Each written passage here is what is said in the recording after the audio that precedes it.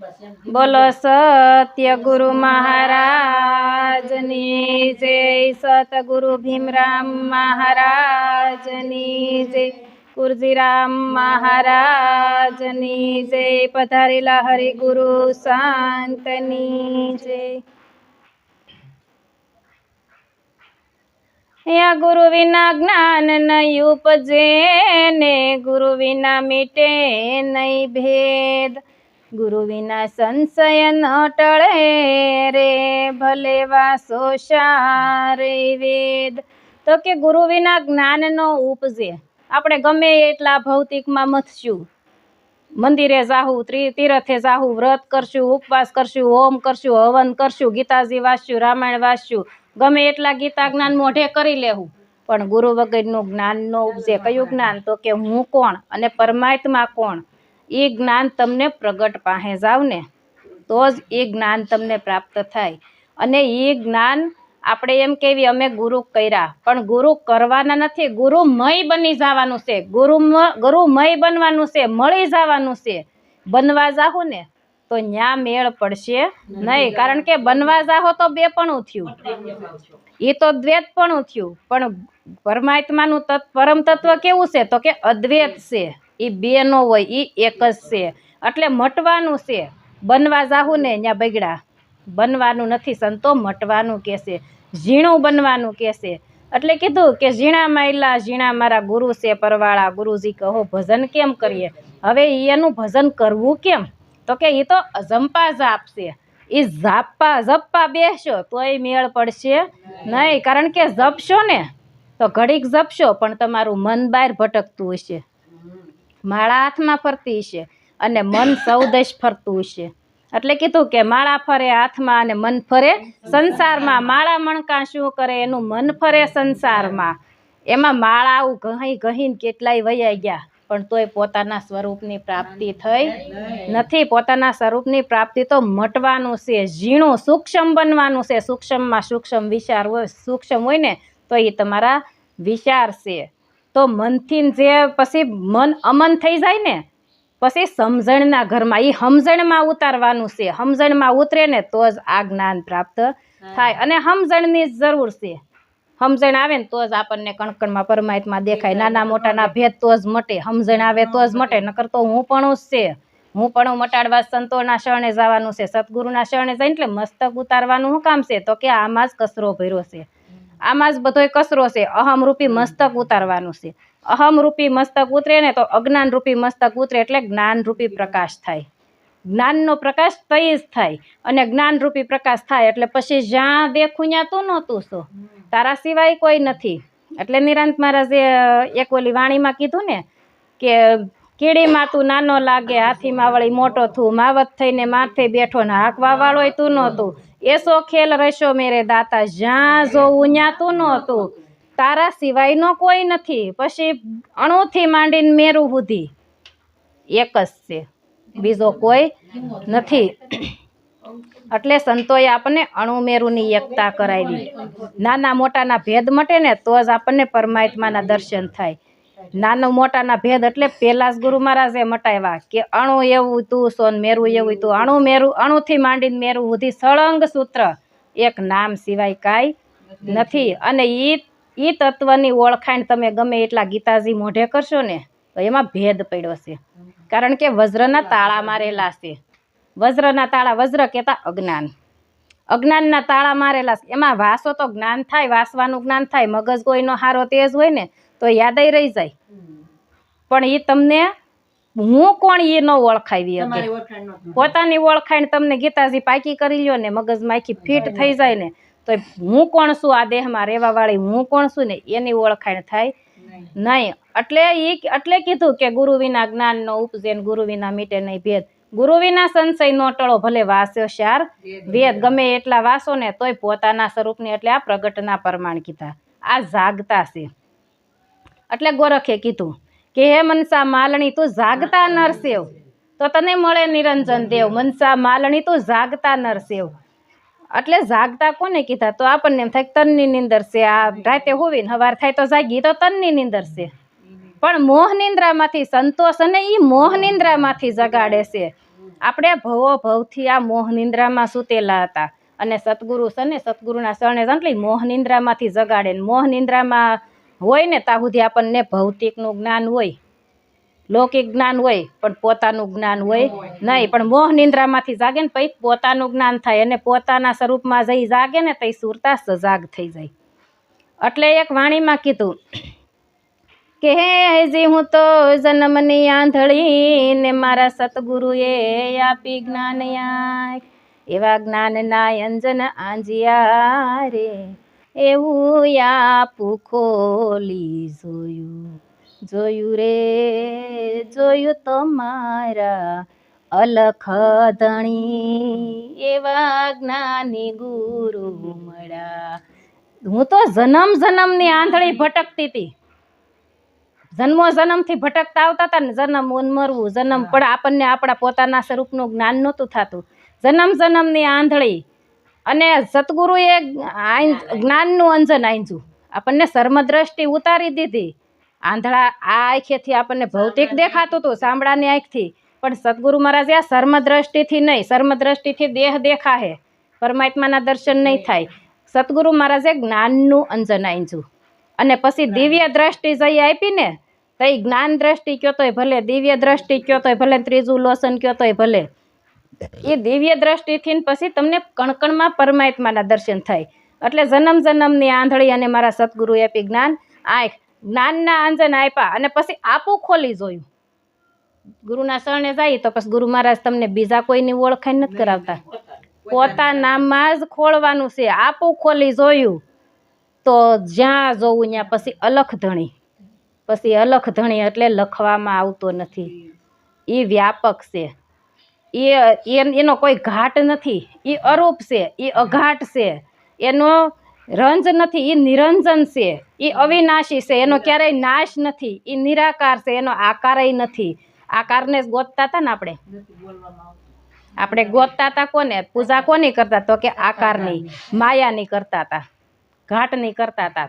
મંદિરે જઈને તો ઘાટ જોઈ દર્શન કરીએ તો આપણે રૂપ સામે દેખાય, ઘાટ દેખાય, અને રૂપ એ માયા છે, માયાના જ આપણે ભક્તિ કરતા હતા, પૂજા કરતા. પણ પરમાત્મા તો માયાથી પર છે, માયાનું વિભાજન કરો ને તો એટલે કીધું કે તું માયાનું વિભાજન કર, શેષ વધે તે ઈશ્વર છે.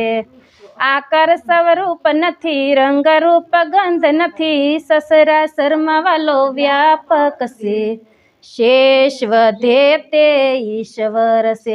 તું માયાનું વિભાજન કર. ગુરુ મહારાજના શરણે ગયા ને એટલે ગુરુ મહારાજે એક એક દાગીનો મુકાવ્યો, એક એક દાગીનો મુકાવીને પછી કોણ વૈધું વાહે, આગળ કીધું ને બધુંય મૂક્યા પછી સુરતીએ સવા, તો એ બધું એક એક દાગીનો માયાનું વિભાજન થઈ ગયું. પછી કાંઈ વૈધું તું ત્યાં તમે વૈધા હતા, બીજું કોઈ હતું.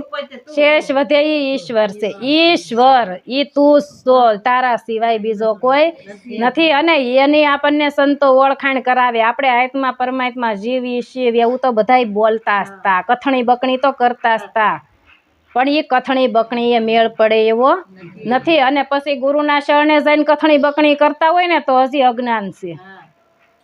બહાર મુખની આપણને જે લૌકિકની કથણી બકણી થતી હોય ને તો એ અજ્ઞાન છે. એક દ્રષ્ટાંત છે.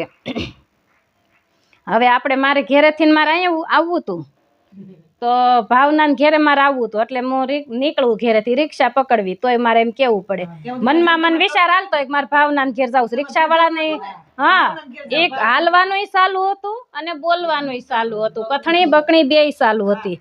પછી રિક્ષા પકડો, રિક્ષા પકડીને અહીં ઘેરે પૂગી તોય હજી ભાવનાને ઘર ન આવે ત્યાં સુધી વિચાર હાલતા હોય, ભાવનાને ઘેરે હશે કે નહીં હોય. એ ભજન આપણે એટલે એ ચાલુ હતું, તમારે કથવાનુંય ચાલુ હતું, હાલવાનુંય ચાલુ હતું ને બોલવાનુંય ચાલુ હતું. પછી ભાવનાને ઘેરે આવી પછી મારે કેવું પડે કે મારે ભાવનીને ઘેર જાવું, મારે ભાવનીને ઘેર જાવું. પછી હાલવાનુંય બંધ થઈ ગયું અને બોલવાનુંય બંધ, એટલે પછી કથણી બકણી મટી જાય.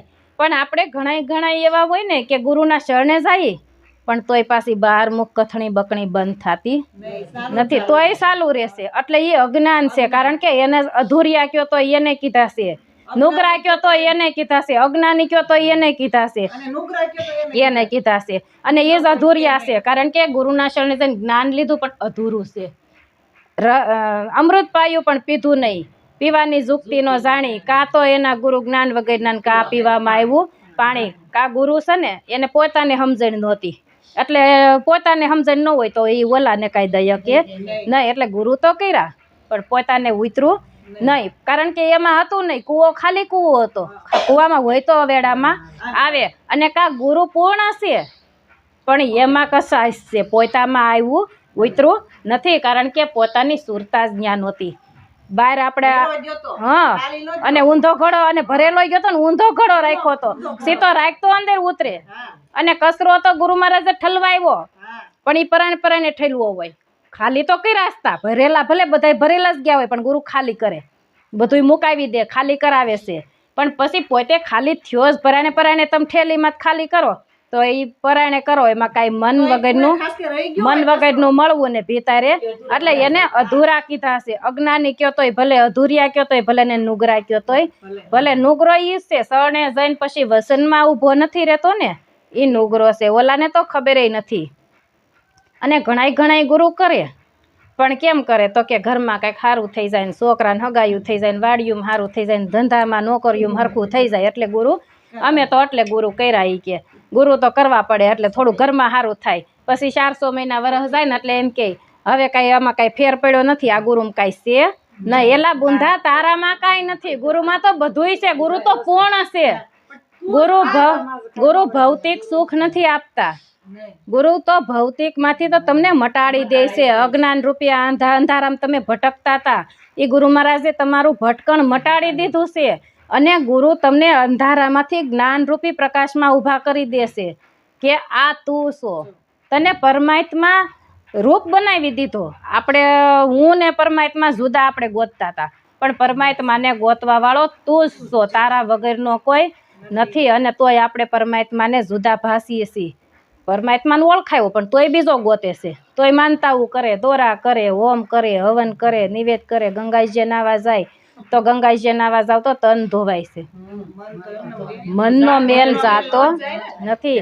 તો સદગુરુના શરણે જાય ને એટલે મનને ધોવાનું છે, તન ધોયે કાંઈ વળશે નહીં. મન ચોખ્ખું થાય ને તો અમન થાય, મન અમન થાય ને તો પરમાત્માના દર્શન થાય. અને મનને ધોવાનું છે, અને ગંગાજી તનને ધોવે છે. તો કઈ ગંગા તો કે આ સંતોના મુખમાંથી જે શબ્દ નીકળે ને, આ જ્ઞાન ગંગા છે.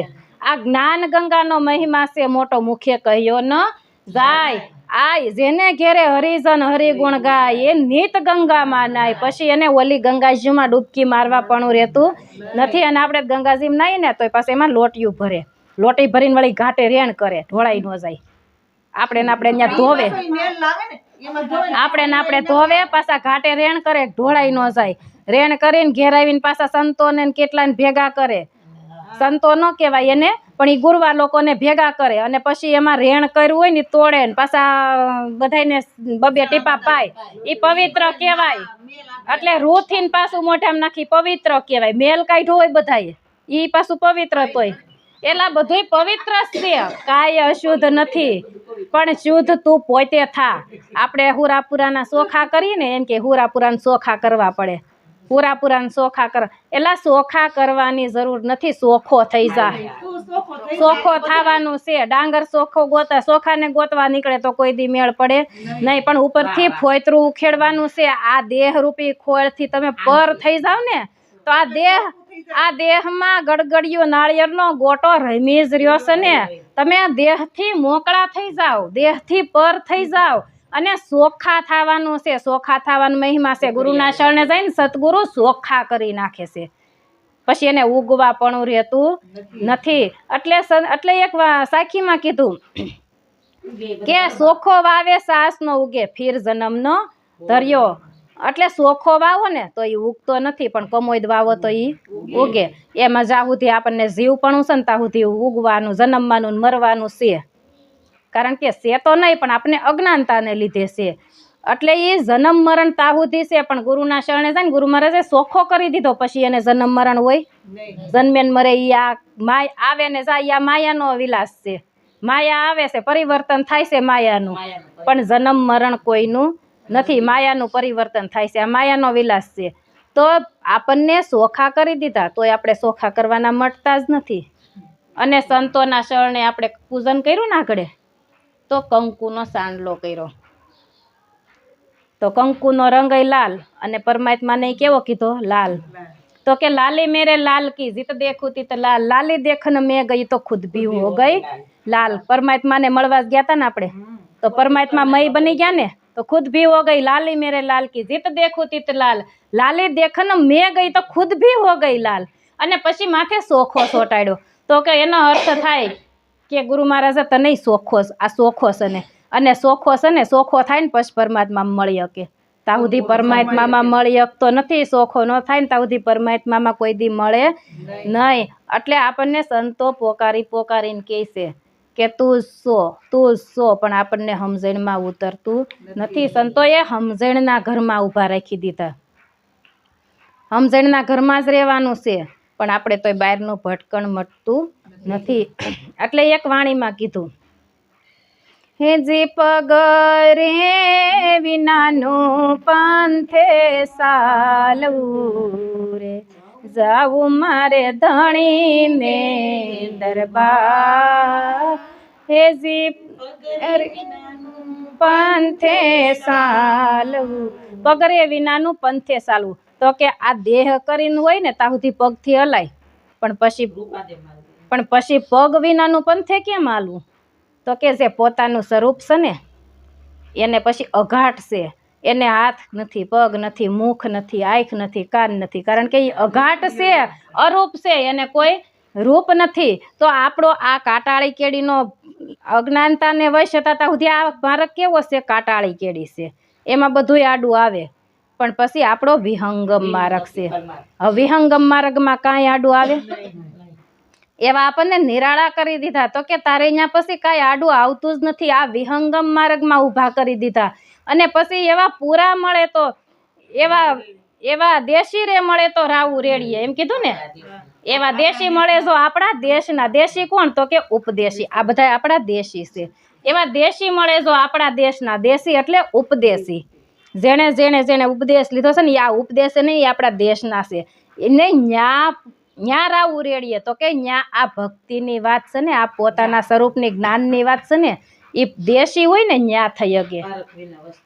વિદેશીથી ન હોય. આપણા ઘરની એને આની કિંમત જ ન હોય. ત્યાં તમે આ વાત કરવા જાઓ તો એને આની કિંમત ન હોય. ગાંઠના એ તમારી વેડફી નાખે, એળે ગુમાવે, અને એની કોઈ કિંમત રહેવા દેતા નથી. એટલે આ એની હમુના ટીકા કરે કે ભાઈ આમ થોડા હોય. હવે અહીંયા બેહેન કાંઈ ભગવાનની મૂર્તિ ન રાખે ને, ઓલું ન રાખે ને, ઓલું ન રાખે ને, આપણે તો ભગવાનની અહીંયા છે, અહીંયા મૂર્તિ ખુડી છે, મૂકી હોય ને બધું હોય. પણ એ મૂર્તિ છે એ હાસું, ખોટું નથી. એમાંય છે ખોટું નથી, એમાંય છે ખોટું નથી. પણ પ્રશ્નનો મનનું સમાધાન પ્રગટ પાસે થાય. પ્રગટ વગર મનનું અને એ છે. પણ એ હતા એને એ સતના રાહે આયલા, કર્મ હારા કર્યા, પૂજવા લાયક બન્યા. અને હતા તો એને કર્મ કર્યા છે. જે સત્ય એમાં હરતું ફરતું, એમાં સત્ય હતું ને, તો એને કર્મ એવા કર્યા ને પૂજવા, તો એના પ્રશ્નને પાસે એને પાસે જગ્યા તો જવાબ મળ્યા છે. પણ અટાણે પૂછશો ને, માથા પસાડશો ને, તો એ જવાબ દે નહીં. ભલે એમાં છે, એમાંય શબ્દ પડ્યો છે, પણ એ તમને જવાબ નહીં દે.